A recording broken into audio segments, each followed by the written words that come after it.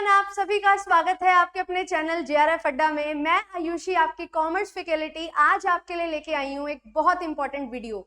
आप सभी जून 2025 एग्जामिनेशन देने वाले हैं और आप सबको लगता है कि हमें ये पता लग जाए कि कैसे मैम आपने अपना एग्जामिनेशन क्वालिफाई किया, सो दैट हम सीख जाएं कि हमें क्या क्या चीज़ों का ध्यान रखना है। तो बिल्कुल मैं आपके लिए लेके आ चुकी हूँ एक वीडियो जिसमें मैं आपके साथ शेयर करने वाली हूँ अपनी स्ट्रेटजी, किस तरीके से मैंने 2024 में अपना यूजीसी नेट एग्जामिनेशन जो है उसको क्वालिफाई किया एक बार और with JRF and with 220 marks. आपको लगेगा कि मैम आपने पहले भी जब क्वालिफाई कर लिया था तो दोबारा क्यों किया? इस ट्रेंड को एनालाइज करने के लिए, पैटर्न को समझने के लिए, और क्या एज अ स्टूडेंट हमें डिफिकल्टी होती है एग्जामिनेशन में वो समझने के लिए, सो दैट मैं आपको उस तरीके से तैयार कर सकूं। क्योंकि अगर मैं आपको कॉम्पिटिटिव एग्जामिनेशन के लिए तैयार कर रही हूँ तो मुझे उस एनवायरनमेंट को खुद फेस करना पड़ेगा और क्या दिक्कत होती है वो समझनी पड़ेंगी, सो दैट मैं आपको उसके लिए तैयार कर सकूं। तो बिल्कुल इसी चीज के चलते मैंने इस बार एग्जामिनेशन दिया और मैंने 220 मार्क्स सिक्योर किए। कैसे मैं अपने पेपर 1 में 35 क्वेश्चन सिक्योर कर सकी एंड पेपर 2 में 75, वो सारी चीजें मैं आपको इसमें वीडियो में बताने वाली हूँ। तो वीडियो को लाइक एंड शेयर कर दीजिए सभी के साथ, सो दैट सभी को ये चीज पता लग जाए और समझ आ जाए। एंड जो भी क्लासेस होती है उनकी पीडीएफ आपको जेआरएफ अड्डा एप्लीकेशन से मिलती है। एप्लीकेशन को डाउनलोड कर लो। कोर्सेज रन कर रहे हैं रिवीजन के लिए, आपके लिए एमसीक्यू कोर्स है, पीवाईक्यू कोर्स है, पेपर 2 का इग्निशन 2.0 इसको आप ले सकते हैं। एचपीएससी के लिए कोर्स है, आपको मिल सकता है। एंड अगर आप बिल्कुल डिटेल में पढ़ना चाहते हैं अच्छे से, तो आपके लिए जो है दिसंबर के लिए भी एनरोलमेंट स्टार्टेड है और जून बैच भी हमारा अभी चल रहा है जिसमें मैं आपको इनकम टैक्स करवा रही हूँ एंड साथ ही साथ हम फाइनेंस करते हुए चल रहे हैं। तो आप लोग जो है ज्वाइन कर सकते हैं अगर आपको ये 2 यूनिट करनी है और बाकी आपको रिकॉर्डिंग मिल जाएंगे। दिसंबर के लिए अर्ली एनरोलमेंट स्टार्टेड है ऑनलाइन एंड ऑफलाइन, तो आप लोग ज्वाइन कर सकते हैं। और संडे को मैं लेके आ रही हूँ एक बहुत ही अमेजिंग मैराथन जो कि होगी हमारी 11 बजे। तो आप लोग जो है इस मैराथन को जरूर लाइव अटेंड करिएगा। दिसंबर में जो हमारा पेपर हुआ था, जो जनवरी में कंडक्ट हुआ था, बेसिकली दिसंबर 2024 वाला पेपर, वो बहुत डिटेल में यूनिट वाइज आपको करवाऊंगी। 100 क्वेश्चन 300 टॉपिक को हम कवर करते हुए चलेंगे। चलिए अब बात करते हैं 220 मार्क्स कैसे मैंने अचीव किए कॉमर्स में। तो अगर आपका पेपर 2 कॉमर्स है तो आपको इस पॉइंट ऑफ टाइम पे चीजें समझनी पड़ेंगी। पैटर्न कैसे चेंज हो रहा है, कैसे क्वेश्चन का लेवल चेंज हो रहा है, कैसे क्वेश्चन की फ्रेमिंग चेंज हो रही है, जिसकी हम बात करते हैं, वो चीजें मैं आपको यहाँ पे बताऊंगी। अब मैं यूजीसी नेट के लिए पिछले 2.5 साल से आपको पढ़ा रही हूँ और उससे पहले 1.5-2 साल की मैंने तैयारी भी की है। तो क्या चीजें हैं इस पॉइंट ऑफ टाइम पे आपको जो समझनी चाहिए, वो सारी चीजें डिस्कस करेंगे। सबसे इंपॉर्टेंट चीज होती है आपको ट्रेंड एनालाइज करना है। ट्रेंड एनालिसिस में क्या आ जाता है, आपकी कट ऑफ कितनी जा रही है ना, और किस तरीके से आपका कंपटीशन बढ़ रहा है, कितना आपका नेट जेआरएफ का सिलेक्शन रेट है, वो हमें यहाँ पे समझना पड़ेगा। कट ऑफ की अगर मैं बात करूं तो कट ऑफ जो है वो इंक्रीजिंग ट्रेंड शो कर रहा है, यानी कि अगर मैं लास्ट टाइम की ही बात करूं तो 210 हमारी कट ऑफ गई है। तो ये कट ऑफ काफी ज्यादा है, तो ऑब्वियसली आपको जो है कम से कम 105 क्वेश्चन तो सही करने हैं, और ये तो कम से कम है। तो 110 का या 115 का आपको जो है टारगेट लेके चलना पड़ेगा कि आप इतने क्वेश्चन सही करोगे आउट ऑफ 150, तो आपके सिलेक्शन के चांसेस यहाँ पे होंगे। दूसरा, कंपटीशन बढ़ रहा है। हर कोई बच्चा जो है, जो अपने मास्टर्स में है या मास्टर्स कर चुका है या बहुत बड़ी जॉब करने के बाद, बहुत मतलब बड़े टेन्योर के लिए जॉब करने के बाद भी किसी और फील्ड में, वो लोग भी अब रिसर्च फील्ड में आना चाहते हैं, तो वो भी इस एग्जामिनेशन के लिए तैयारी कर रहे हैं। और इतने सारे रिसोर्सेज अवेलेबल हो चुके हैं, तैयारी एक नेक्स्ट लेवल हो रही है, तो कंपटीशन आपका जो है वो भी इंक्रीज होता हुआ दिखाई दे रहा है। और जिस तरीके से लोग बढ़ रहे हैं, जेआरएफ का जो नंबर है सिलेक्शन का, वो थोड़ा कम होता जा रहा है परसेंटेज वाइज। तो यस, ये भी आपका एक कंपटीशन बढ़ने की तरफ इशारा करता है, और यही रीजन है कि आपकी जो कट ऑफ है वो भी हाई होती जा रही है। तो ये चीज को समझने के लिए सबसे पहले आपको ये एनालाइज करना पड़ेगा कितने क्वेश्चन मुझे सही करने हैं। पहली चीज जो आपको करनी है, जो मैंने भी की थी, यस, मैंने टारगेट बनाया 110 क्वेश्चन का, आपको भी वही चीज करनी है। फिर पेपर 1 एंड पेपर 2 कैसे हम टाइम को डिवाइड करें। पेपर 1 मुझे पता है कि ये जनरल पेपर है ना, और यहाँ पे मुझे बहुत सारे पीवाईक्यूज मिल सकते हैं अलग अलग एक ही टॉपिक से। तो मेरी यहाँ पे स्ट्रेटजी होती है कि मैं पीवाईक्यूज करूँ एंड यहाँ पे जो मैं टाइम दूं वो प्रोपोर्शनेट टाइम दूं, कि 2 से 3 घंटे का टाइम जो है वो मैं दूं अपने पेपर 1 के लिए, जिसमें मैं 1 घंटा क्वेश्चन प्रैक्टिस करूं, बाकी 2 घंटे रिविजन करूं। पेपर 2 की अगर मैं बात करूं तो यहाँ पे जो है, यहाँ पे मुझे PYQs तो मिलेंगे, बट सिलेबस इतना वास्ट है, मुझे MCQs भी बहुत सारे करने पड़ेंगे एंड मुझे लगातार रिवीजन जो है वो भी बहुत अच्छे से करनी है। तो यहाँ पे मुझे कम से कम 7-8 घंटे जो हैं, या मैं बोलूँ 6-7 घंटे जो हैं, वो तो देने ही पड़ेंगे अपनी तैयारी के लिए, क्योंकि यहाँ पे जो है सिलेबस बहुत वास्ट है और सिलेबस डबल भी है पेपर 1 से, तो इसके लिए टाइम भी जो है डबल लगेगा एंड रिवीजन में टाइम आपका ज्यादा जाएगा। तो ये चीज बहुत जरूरी होती है, टाइम डिवीजन बहुत जरूरी है। और कब टाइम दें पेपर 1 को, कब पेपर 2 को, ये डिपेंड करता है आपके ऊपर। मैं जो है अर्ली मॉर्निंग टाइम जो है ना, वो किसके लिए यूटिलाइज करती थी, वो मैं क्वेश्चन प्रैक्टिस के लिए यूटिलाइज करती थी। फिर उसके बाद जो मेरा मॉर्निंग वाला टाइम है, यानी कि मतलब 9-10 बजे का टाइम, वो टाइम जो है ये यूटिलाइज कहाँ होता था, ये पेपर 1 में यूटिलाइज होता था। 9-10, 9 से 11, 8 से 10, ये टाइम पीरियड है ना। 6 से 8 पढ़ लिए, क्वेश्चन प्रैक्टिस कर लिया, 8 से 10 पेपर 1 कर लिया। फिर उसके बाद अगेन दोपहर के टाइम क्वेश्चन प्रैक्टिस करे, मॉक टेस्ट लगाया। देन उसके बाद जो है शाम का टाइम जो है उसमें हम रिवीजन कर रहे हैं, किसकी, पेपर 2 की। कुछ नया टॉपिक पढ़ने को मिला है वो पढ़ रहे हैं, कोई वीडियो कंप्लीट कर रहे हैं। ये सारी चीजें मेरी इस तरीके से चलती थी, है ना। ये मैंने बताया जब मैं एक्चुअल में 2022 में पढ़ाई करती थी उस टाइम में।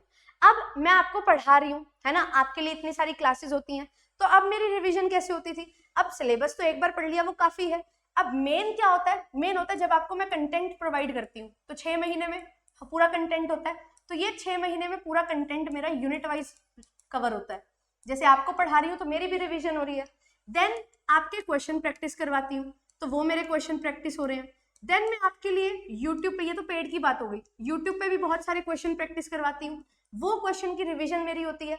साथ ही साथ जो है मैं यहाँ पे पेपर 1 पेपर 2 के मिक्स MCQs भी आपको करवाती थी, तो वहां से भी मेरी रिवीजन हो रही है। और जो लोग आप मेरे से डाउट्स पूछते थे उसको मैं आपको सॉल्व करवाती थी, वो भी मेरी एक रिवीजन का पार्ट था। तो ये सारी चीजें मुझे मिलके बहुत सारा टाइम देती थी रिवीजन का। एंड रिवीजन के लिए मुझे रेगुलर 6 से 7 घंटे मिल रहे हैं, तो इससे बेहतर क्या हो सकता है। Revision is the king, revision is most important, और रिवीजन इज रिक्वायर्ड अगर आप कोई भी कंपेटिटिव एग्जामिनेशन क्लियर करना चाहते हैं। तो वो चीज मैंने भी यहाँ पे की और वही चीज आपको भी करनी है। फिर अब मैम आप कैसे बोल रहे हो कि क्वेश्चन प्रैक्टिस करो, तो उसमें MCQs PYQs मिक्स होने चाहिए। यस, सिर्फ और सिर्फ MCQ करने से, सिर्फ और सिर्फ PYQs करने से काम नहीं बनेगा, आपको जो है इक्वल MCQs एंड PYQs करने चाहिए। हाँ, मैं ये बोलूंगी PYQs के एनालाइज करके PYQs को, उसके एनालिसिस पे ही अपने MCQs भी पिक करो, ठीक है, क्योंकि PYQs NTA के क्वेश्चन है। तो PYQs जो है कम से कम लास्ट 5 ईयर्स के, है ना, ये तो आपको करना ही है। अगर आप कर सको तो ज्यादा से ज्यादा आप जो है लास्ट 10 ईयर्स के PYQs जो हैं इनको अच्छे से कवर करो। और ये हमने कवर किया था कैसे, मैंने कैसे कवर किया था, इग्निशन बैच जो था हमारा, उसमें मैंने ये आपको हर एक क्वेश्चन करवाया है, तो ऑब्वियसली मेरी भी रिवीजन वहां पे हुई है। तो वो प्रॉपर रिवीजन जो है इग्निशन बैच में मुझे करने को मिली, और वही रिवीजन आपको हेल्प करेगी। आपके जो कंसेप्ट्स हैं वो आपके अच्छे से रिवाइज होंगे, कवर होंगे, एंड कोई न्यू क्वेश्चन आपसे पूछा गया है तो उस न्यू क्वेश्चन से वो न्यू कंसेप्ट जो है वो भी आप रिलेट करते हो अपने पढ़े हुए कंसेप्ट से। तो ये चीज आपको हेल्प करती है एक अच्छे तरीके से नए टॉपिक्स को भी कवर करने में, जो कि बहुत जरूरी होती है। मुझे MCQs एंड PYQs को बिल्कुल इक्वल लेके चलना है। PYQs के बेसिस पे अपने MCQs भी फ्रेम करने हैं, उस लेवल के MCQs होने चाहिए जो प्रीवियस ईयर में जिस तरीके से घुमा के चीजें पूछी गई हैं, या डायरेक्टली, या MCQs जो हैं वो अलग अलग फॉर्म में पूछे गए हैं, वो चीजों को मैं एनालाइज कर सकूं। साथ ही साथ इसके बाद प्रॉपर नोट्स की आपको रिविजन करनी है। आपका स्टैटिक पोर्शन जो है ना, या आपकी जो प्रॉपर्टीज हैं ये आप अपने नोट्स में इस टाइम पे लिखोगे। अजम्पशंस हैं ये आप लिखोगे। मैंने जब अपनी तैयारी की थी तो मैंने भी जो है मॉक टेस्ट को एनालाइज करते हुए कुछ नए टॉपिक्स या ये सारी चीजें लिखी थी। वो नोटबुक है मेरे पास जिसमें नोट्स हैं ये चीज, तो उसी को मैं रिवाइज करती हूँ, जिससे मेरा सारा पोर्शन जो है कलेक्टिवली वो रिवाइज हो जाता है पेपर 1 पेपर 2 में। तो ये चीज भी आपको यहाँ पे करनी है। एंड रेगुलर प्रैक्टिस करनी है किसकी, रेगुलर एक DI और एक RC आपको प्रैक्टिस करना है।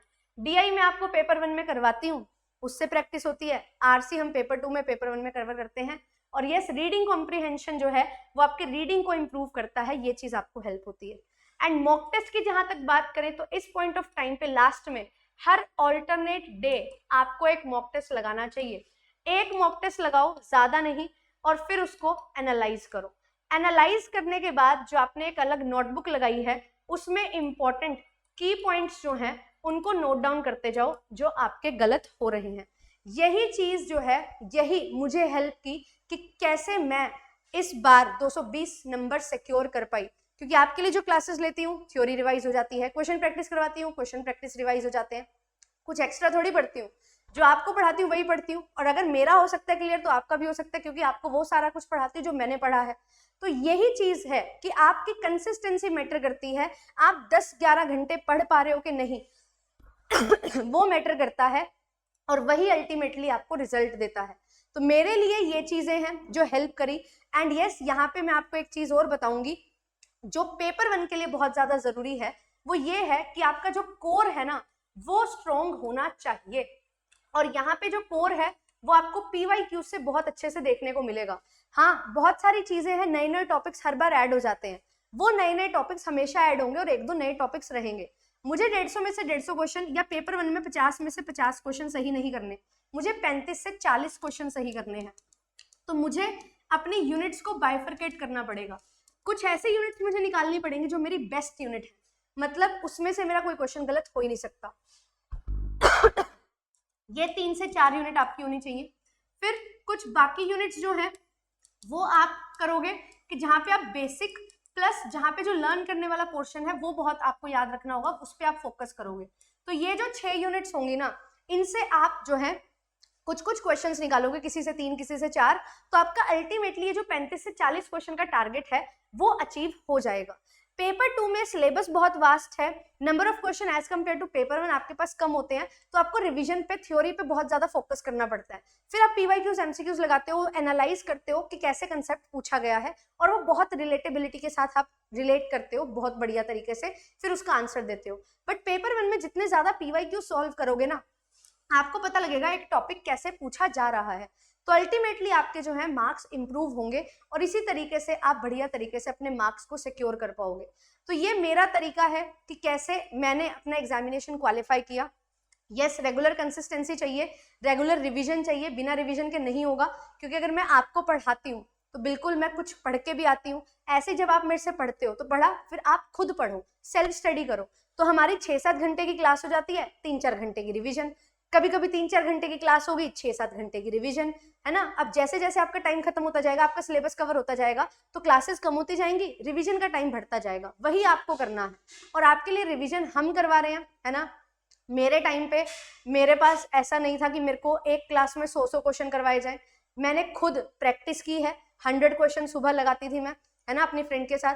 तो वो चीज मैं आपके लिए करती हूँ, तो आप लोग मेरे साथ जुड़ सकते हो, आपके पास कोई और नहीं है, मैं हूँ, है ना। और इस संडे भी जो है आपके लिए सेशन लेके आ रही हूँ, तो आप लोग कॉमर्स स्पॉटलाइट बाय JRF अड्डा चैनल को ज्वाइन कर लो, जहाँ पे आपको मैराथन मिलेगी। एंड यस, आपके लिए पेपर 1 की मैराथन भी चलती है इसी चैनल पे, JRF अड्डा चैनल पे, जहाँ पे कंप्लीट पेपर 1 आपको करवाया जाता है, एंड पेपर 2 के लिए कॉमर्स स्पॉटलाइट बाय JRF अड्डा चैनल है, एंड अदर सब्जेक्ट्स के लिए इस चैनल पे आपकी क्लासेस होती हैं।